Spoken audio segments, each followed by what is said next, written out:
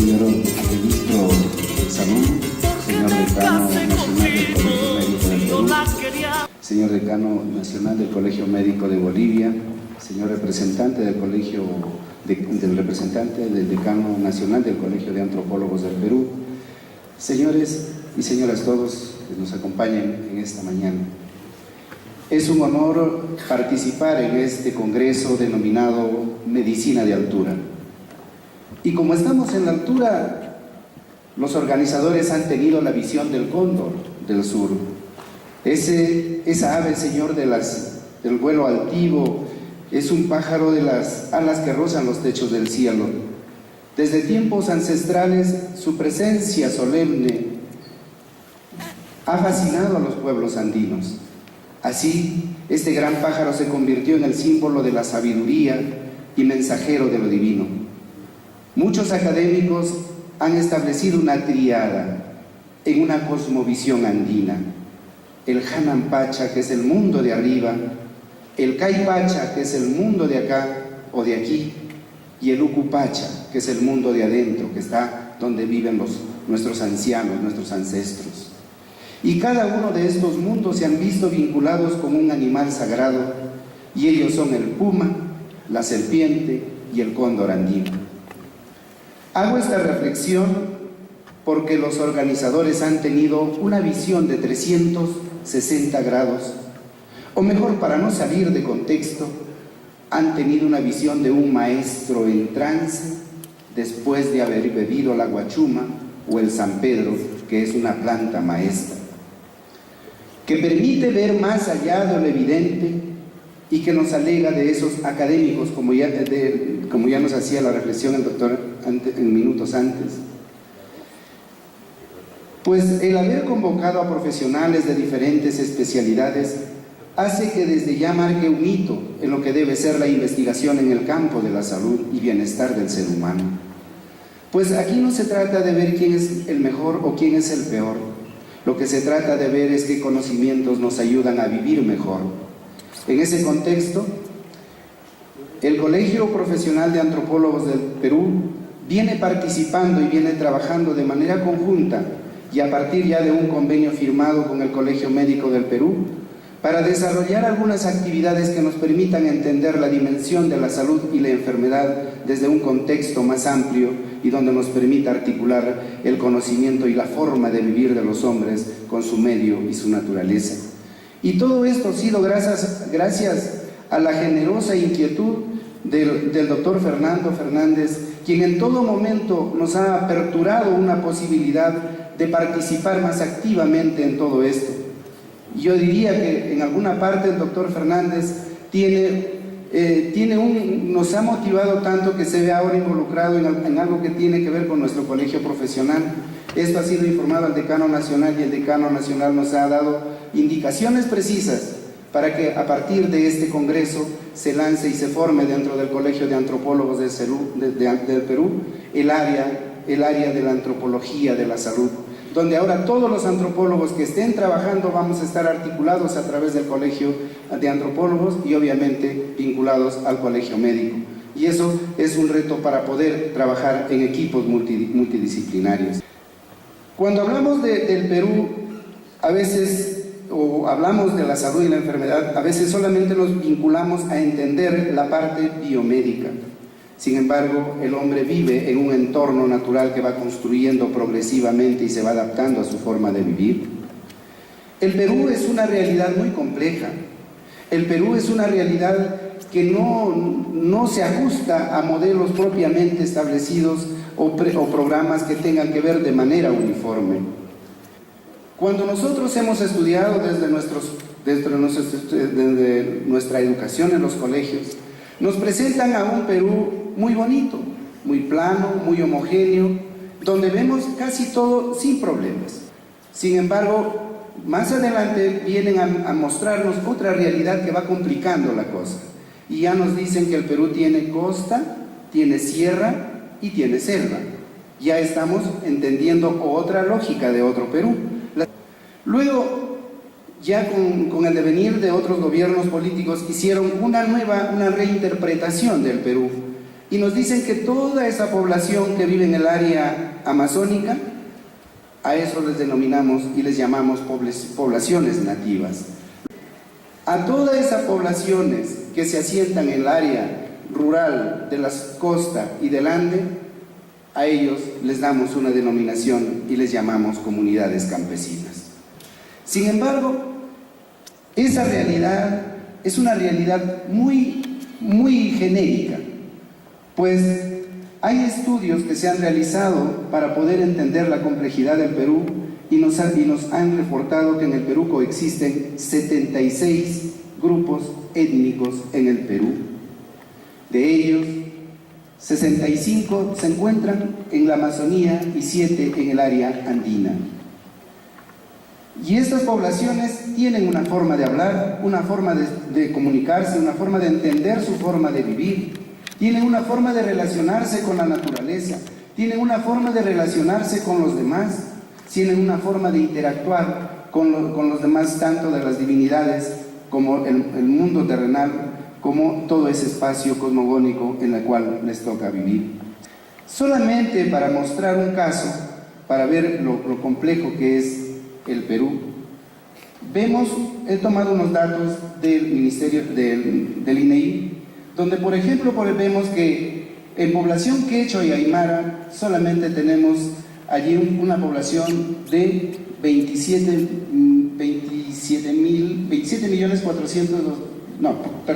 estoy hablando de población quechua 3.360.000 y una población aymara de 443.000, población indígena amazónica 332.000, que están actualmente habitando en estas regiones. Pero yo tengo mis ciertas dudas sobre esto, porque considero que aún falta recoger información más auténtica de campo, porque hay poblaciones a donde ni siquiera todavía han llegado los encuestadores. Tenemos grandes poblaciones que aún se les ha dado la denominación de los no contactados, que esos no figuran, por ejemplo, para la estadística.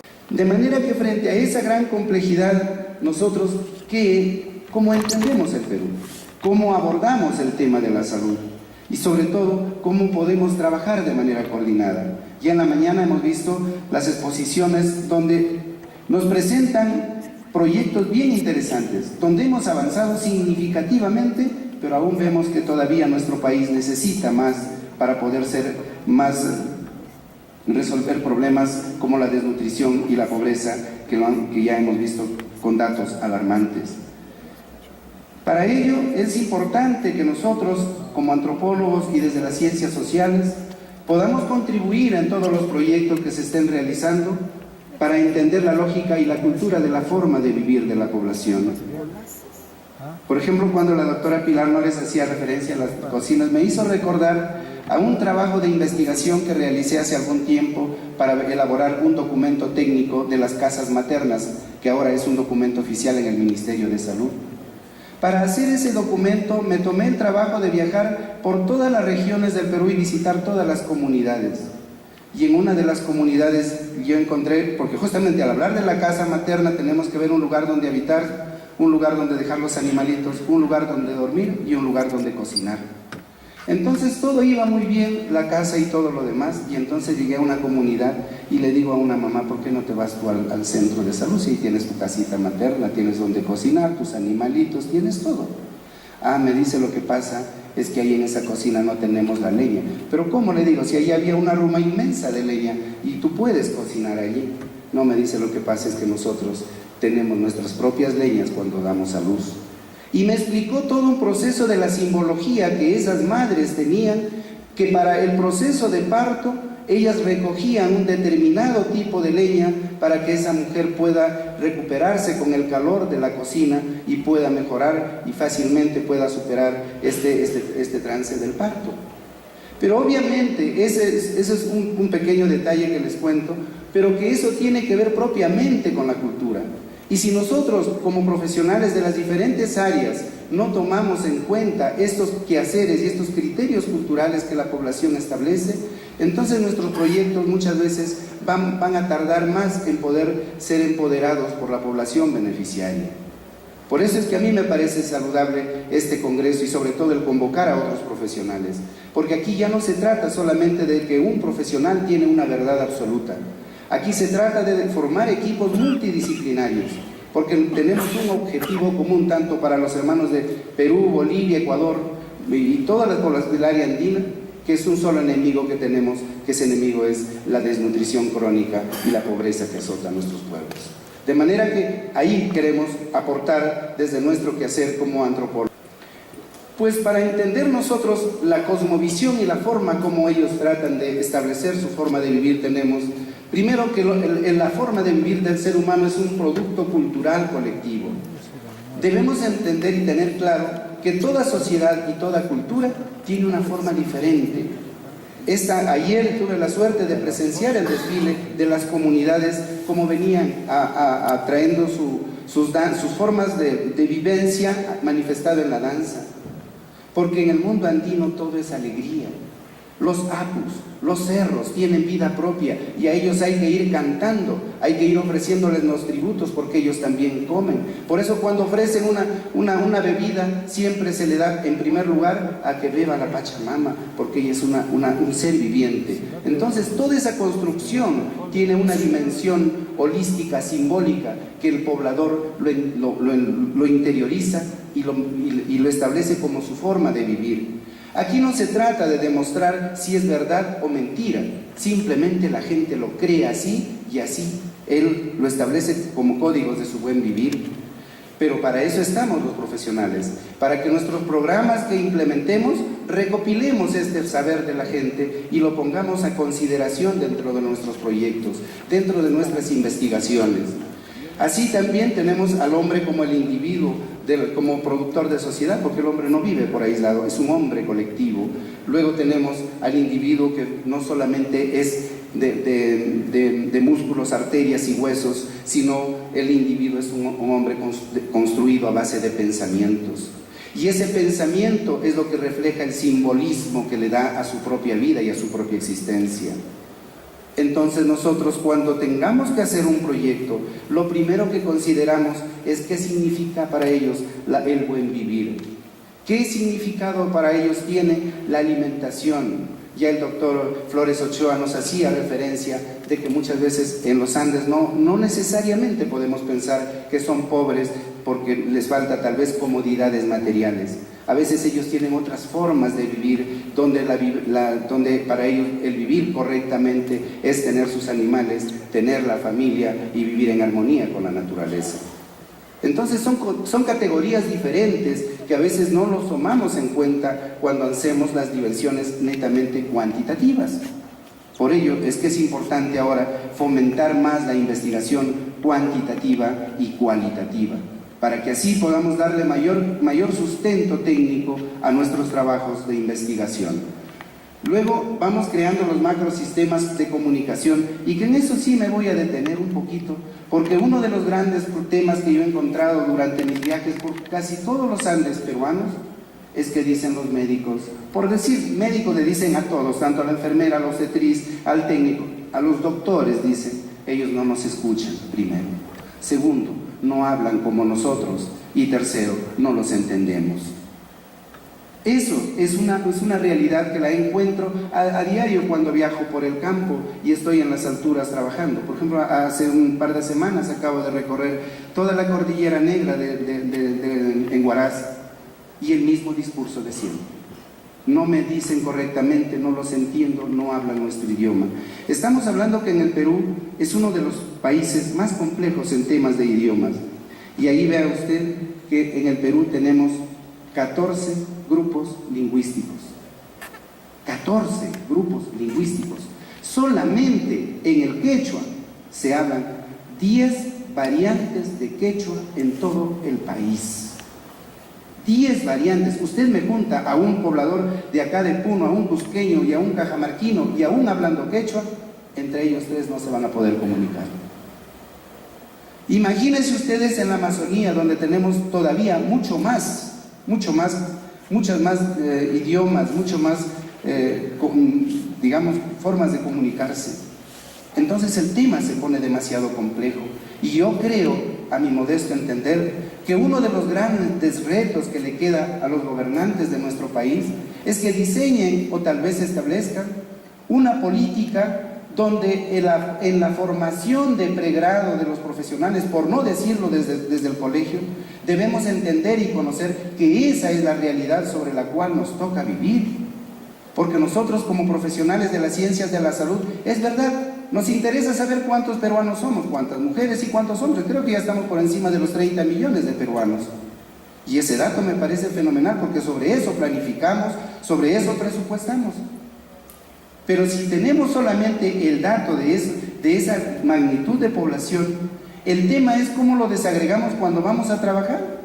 Porque el día que usted sale de su universidad, yo estoy seguro que a muchos de ustedes profesionales de la salud o estudiantes, cuando han ido a campo, les ha costado a veces hasta lágrimas y arrepentimiento a veces de haber estudiado lo que han estudiado, porque llegaban a una comunidad donde ni un plato de comida les podían ofrecer, o donde ni siquiera le podían preguntar al paciente qué te duele o dónde te duele, o pasa o siéntate.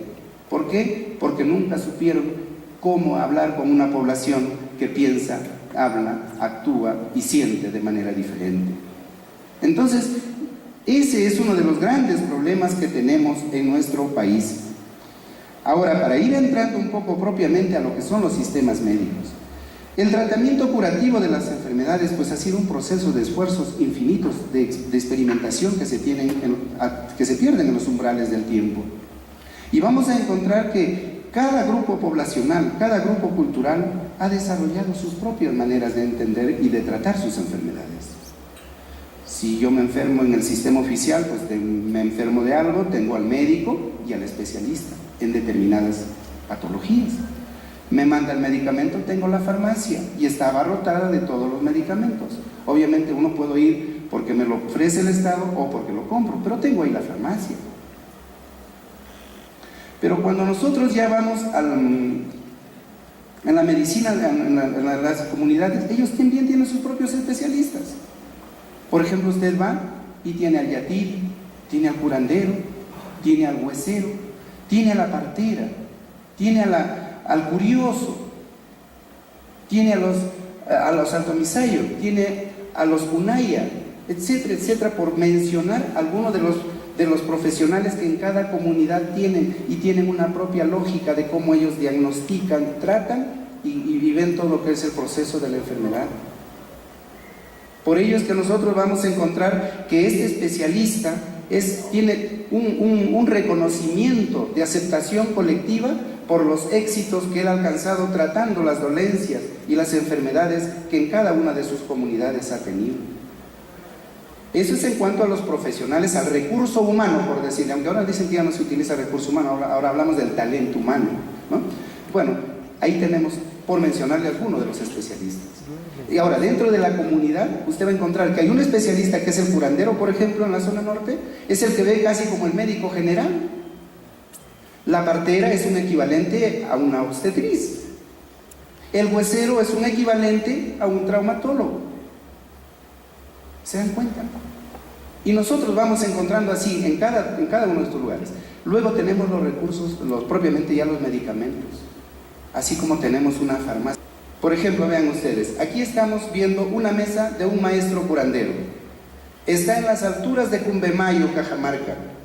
Este maestro curandero que ustedes lo ven allí, no va solo. Él tiene miren la complejidad de su mesa curandera.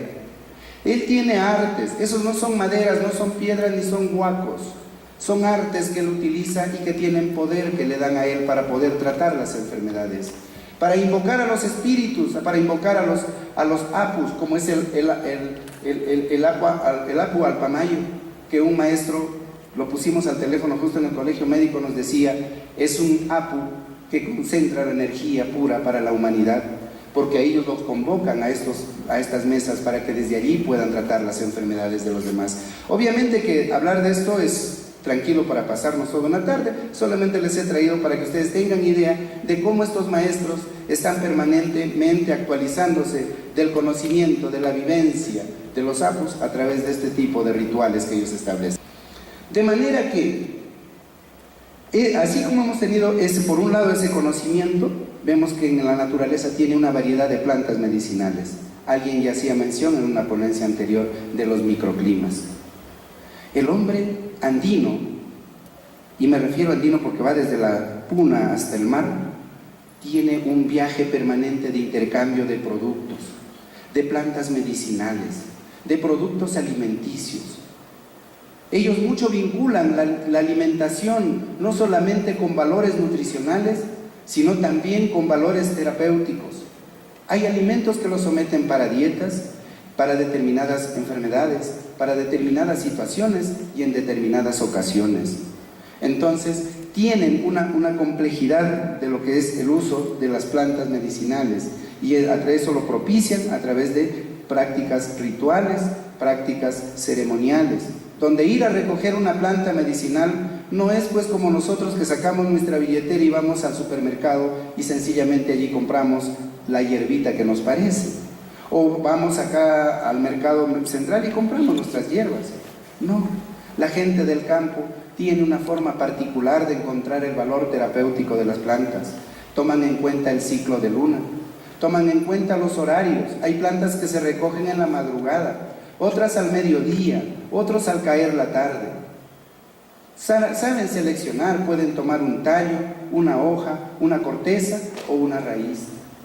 La dosificación también lo tienen plenamente establecido a través del puñadito, a través de un manojo, a través de un atado, a través de unas hojitas, etcétera, etcétera. Es decir, tienen un propio manejo de sus propios medicamentos para tratar sus enfermedades.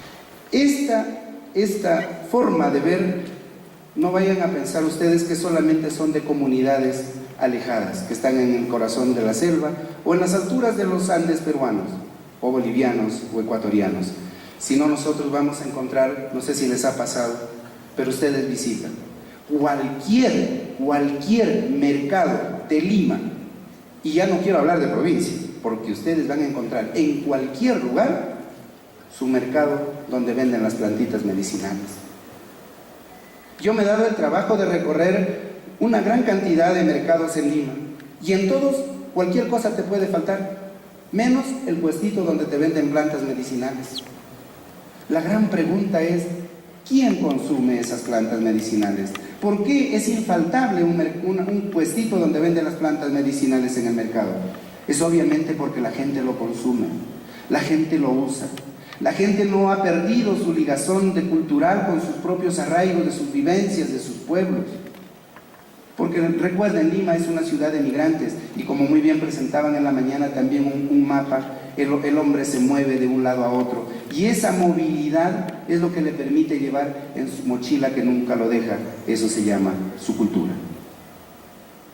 Por eso es que cuando nos vamos a Lima, muchos tal vez fuera del país, lo que más añoramos siempre es parte de nuestra idiosincrasia, es nuestra música, nuestra comida, nuestras bebidas y una serie de elementos que están vinculados a la cultura. Entonces vean ustedes, yo he encontrado, por ejemplo, este es un puesto en un mercado donde está abarrotadísimo, donde tiene plantas medicinales de todos los pisos ecológicos del Perú, y donde usted puede encontrar para cualquier enfermedad, y usted llega allí y ahí le pueden sugerir las plantas con qué usar.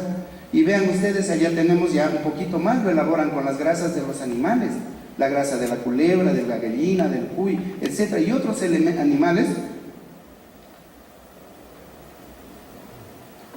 que le van dando una forma, porque también se quieren modernizar, y un poquito también ahora quieren entrar al mundo del mercado, y lo preparan a través de sus pomadas y ya lo venden en frasquitos envasados. Vean ustedes ahí el letrero, ahí como ustedes mismos ven en el letrerito, dice: se vende pomadas para el dolor muy fuerte, que te duele muchísimo. No sé si en el campo de la salud podemos llegar a ese nivel, pero bueno, ahí está pues el letrerito, y ahí lo vemos, cómo ellos venden sus productos y cómo ellos están cada vez más cerca de la gente. Y en una oportunidad yo le preguntaba pues a la gente, ¿por qué más prefiere ir al curandero, al vegetalista o al vendedor de plantas? ¿Por qué no se va a un médico? Y él me decía: lo que pasa es que cuando vamos con él, él nos entiende.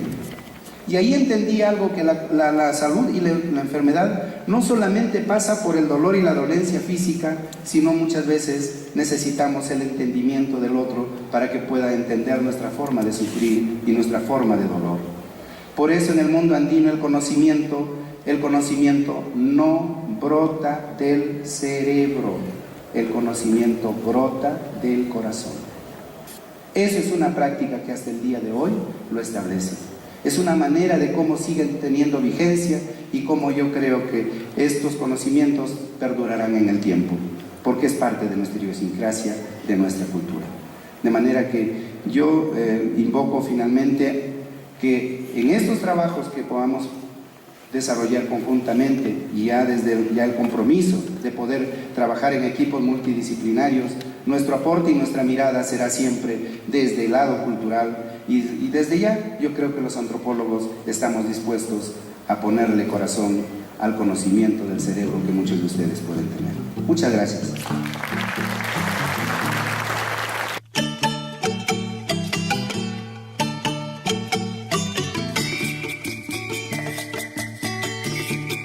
Soy caminante de las alturas, hasta tu pueblo llegando estoy. Yo vivo cerca de las montañas, cerca del cielo, cerca del sol. Yo vivo cerca de las montañas, cerca del cielo, cerca del sol. Traigo colores del arco iris en la huipala de mi nación. Llevo en mis venas la sangre andina, la savia eterna en todo mi ser. Llevo en mis venas la sangre